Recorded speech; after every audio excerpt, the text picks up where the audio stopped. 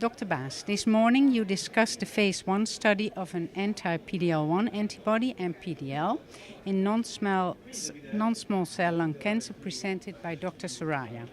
Dr. Soraya concluded that MPDL was well tolerated with no pneumonitis-related death. What is your expectation regarding side effects following long-term treatment? Okay, thank you. I think, first of all, this is a very important development. There is a new method for treating patients with all kinds of different tumors, including lung cancer.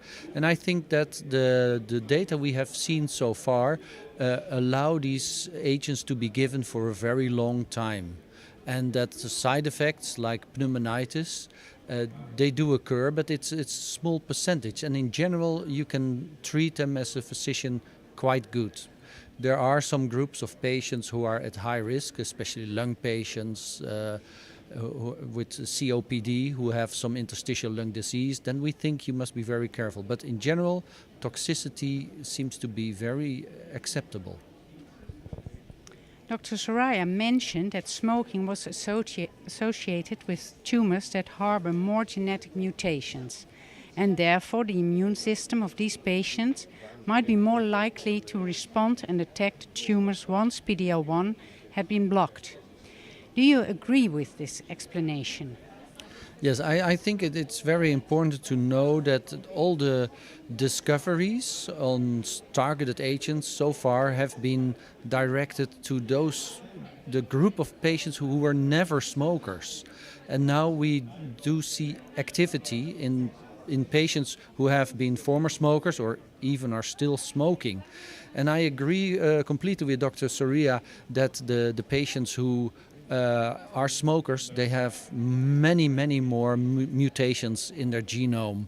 So this would probably be a reason why the immune system, when stimulated in the proper way, can respond on it. Well, this means that it's not to be so that patients can continue smoking, because we know smoking inhibits any kind of treatment. So patients should stop smoking, that's very important. But there is now something more for this big group of 85% who are smokers. Okay, and the last question. What's your opinion about the possibilities of this therapeutic for lung cancer patients, and especially for the former or the still current smokers?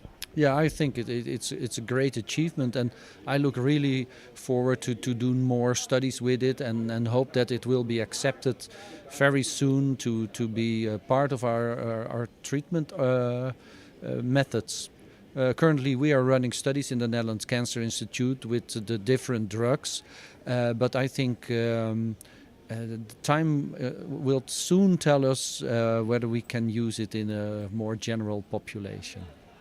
It doesn't work in any patient, in every patient I mean.